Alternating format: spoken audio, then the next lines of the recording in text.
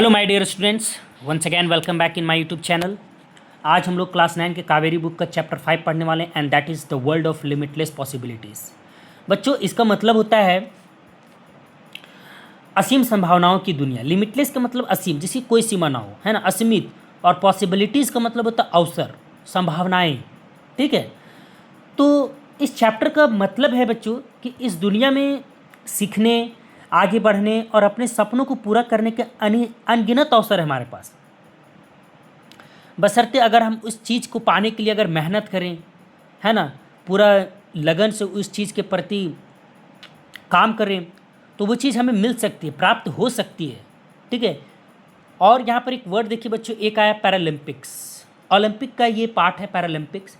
तो इसमें वैसे खिलाड़ी भाग लेते हैं जिनका शरीर का कुछ अंग सही से काम नहीं करता है ना, या तो वो अंग उसके पास होते ही नहीं है। जैसे किसी खिलाड़ी के पास पैर नहीं होते हैं लेकिन फिर भी वो रनिंग करता है ना, नकली कृत्रिम पैर लगा के।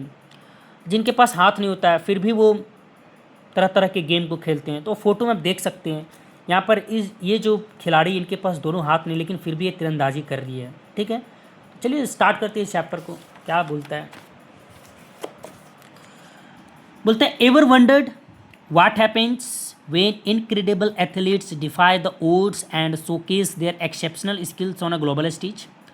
बोलते बच्चों, क्या आपने कभी सोचा है कि जब एक अद्भुत खिलाड़ी, एक महान खिलाड़ी अपनी मुश्किल परिस्थितियों को हरा करके जब अपने वो हुनर को दुनिया के सामने दिखाती है तब क्या होता है।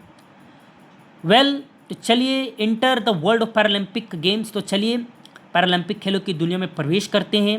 अ thrilling celebration of resilience and extraordinary talent of athletes with locomotor, sensory और इंटेलेक्चुअल डिसेबिलिटीज़, है ना। इसका मतलब हुआ कि यहाँ ऐसे खिलाड़ियों की हिम्मत और उनके असाधारण हुनर का उत्सव मनाया जाता है जो जिन्हें चलने फिरने में की समस्या होती है, सेंसरी जो अच्छे से सुन देख नहीं पाते हैं, और इंटेलेक्चुअल डिसेबिलिटीज़ जिन्हें बौद्धिक दिव्यांगता होती है। Paralympics go beyond competition. Paralympics का खेल जो है वो केवल हार जीत का खेल नहीं है, ये कोई प्रतियोगिता ही केवल नहीं रह गई है, या उससे भी पार जा चुकी है।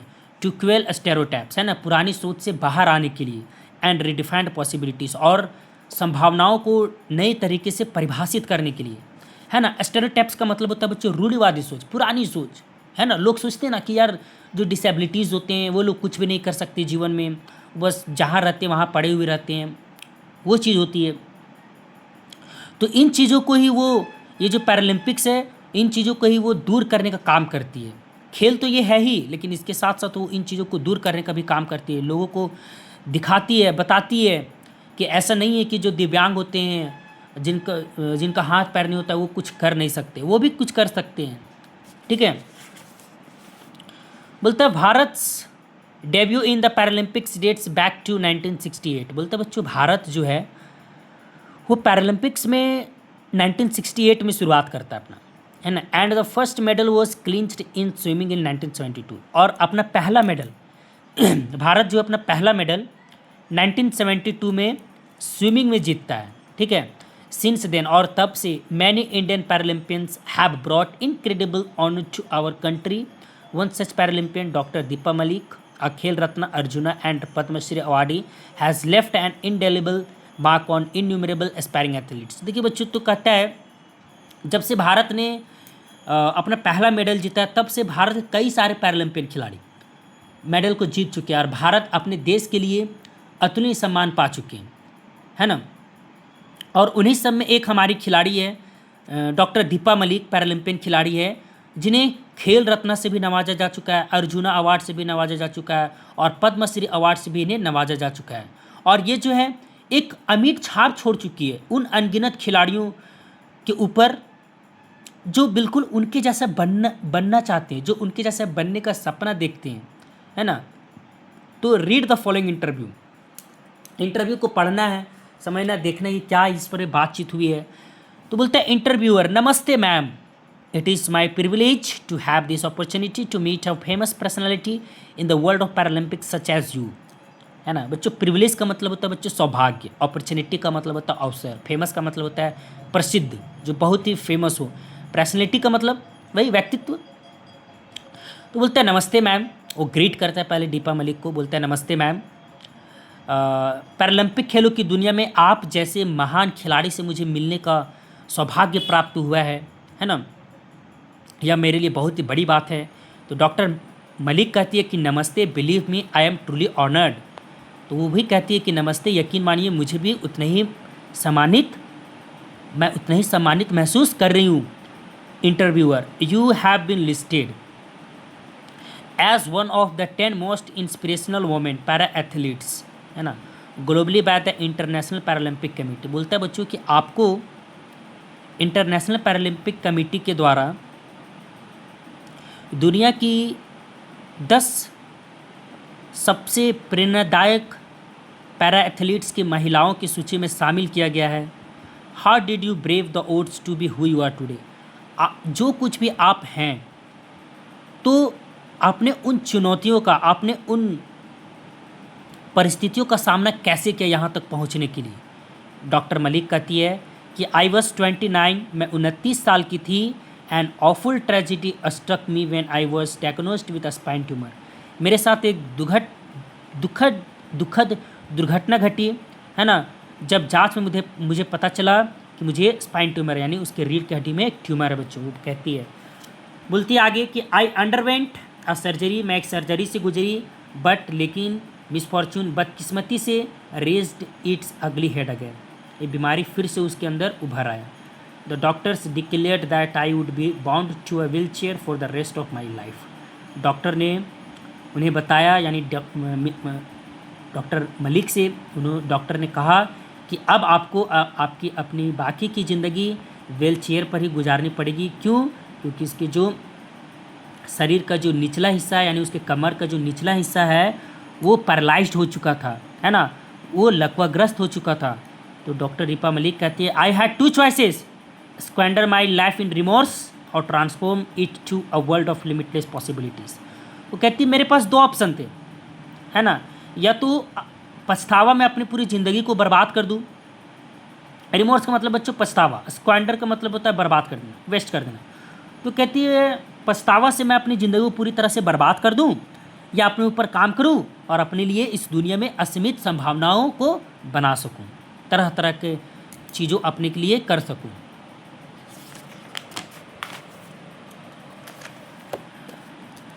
तो बोलती है फिर से आगे कि आई लव स्पोर्ट्स, वो कहती है मुझे खेल कूद पसंद है, and had been a swimmer too, और बोलती है कि मैं एक तैराकी भी रह चुकी हूँ।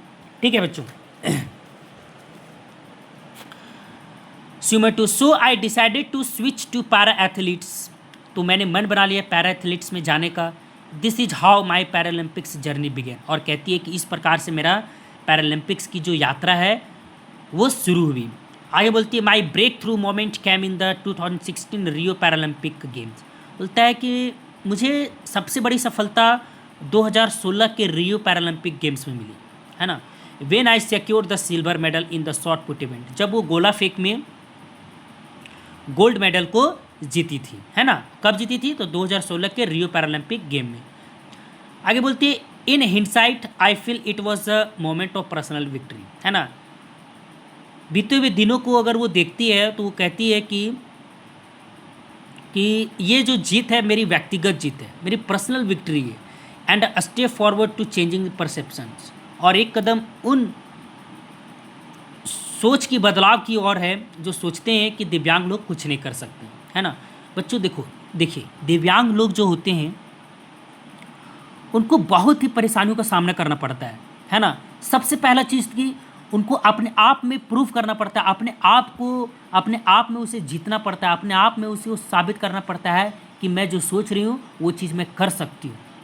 दुनिया को बताना तो ये तो बात की चीज़ है, लेकिन सबसे पहले उसे अपने आप से जीतना पड़ता है ना। उसके बाद ही वो दुनिया को दिखा पाते हैं अपने हुनर को।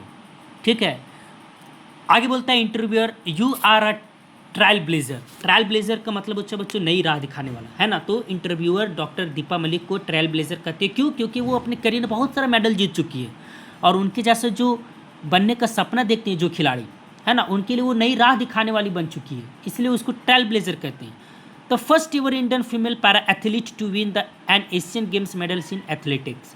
तो बोलते हैं एथलेटिक्स में वो पहली भारत की महिला है जो एशियन गेम्स में वो मेडल जीत चुकी है।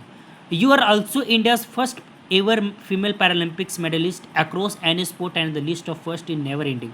और उसको ये भी कहती है कि आप भारत की ऐसी भी पहली महिला हैं जो पैरालंपिक्स के किसी भी खेल में, है ना, वो पहली महिला है जो मेडल को जीत चुकी है। You have been bestowed with several coveted awards too, है ना, आपको तरह तरह के इनामों से आपको नवाजा जा चुका है, ऐसे ऐसे इनाम से आपको सम्मानित किया जा चुका है जिससे लोग पाने की तमन्ना रखते हैं, सपना देखते हैं।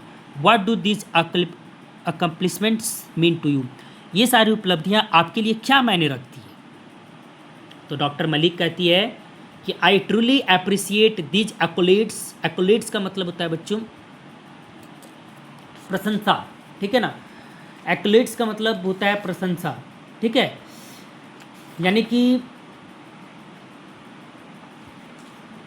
सम्मान और प्रशंसा, ठीक है। अप्रिसिएट एक्कोलेट्स का मतलब सम्मान और प्रशंसा। तो वो कहती है कि मेरे ऊपर जो सम्मान और प्रशंसा बरसाए गए हैं, दिखाए गए हैं, मैं सचमुच में उनको बहुत ही सराहना करती हूँ।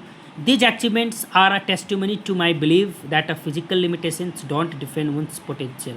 वो कहती है कि ये उपलब्धि मेरे विश्वास का सबूत है कि शारीरिक सीमाएं किसी की क्षमता को परिभाषित नहीं कर सकती है। मोरेवर, इसके अलावा I am a proponent of the school of thought ability beyond disability. वो कहती है कि मैं ऐसी सोच की समर्थक हूँ जो दिव्यांगता से ऊपर उठकर अपनी योग्यता दिखाते हैं। यानी कि बच्चों कहने का मतलब उसका कि किसी व्यक्ति को उसकी दिव्यांगता के आधार पर उसके पहचान ना किया जाए, बल्कि उसकी क्षमता के आधार पर उसको पहचाना जाए। इंटरव्यूअर आगे कहती है दैट्स इनक्रेडिबल, कमाल है। Could you share something about the challenges you faced in your journey and how you overcome them. बोलते आप उन चुनौतियों को शेयर कर सकते हैं जो आप अपने जर्नी में सामना किया है ना, और उन चुनौतियों से आपने किस प्रकार पार आए, मतलब निकल पाए। डॉक्टर मलिक कहती है one of the significant challenges for me was societal perceptions.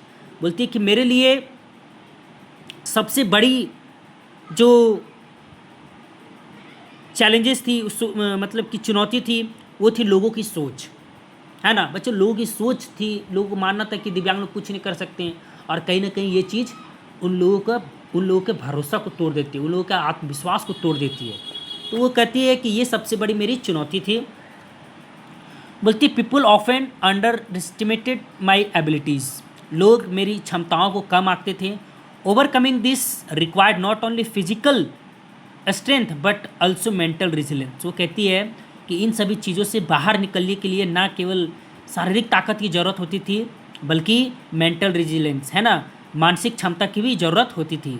I embraced challenges as opportunities to my capabilities. वो कहती है कि मैं उन चुनौतियों को अपना एक अवसर के रूप में ली, है ना, और अपने क्षमताओं को साबित करने पर लगी।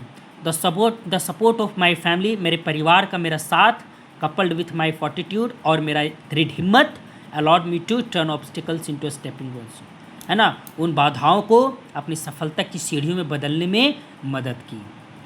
बच्चों ये पार्ट 1 है, हम लोग यहीं तक इसको करते हैं। नेक्स्ट वीडियो में हम लोग इसका आगे बढ़ेंगे, ठीक है। तो अगर कोई डाउट होता है तो आप कमेंट बॉक्स में पूछें, मैं आपको उस डाउट का जो आंसर होगा वो सॉल्यूशन देने का प्रयास करूँगा, ठीक है। Thank you.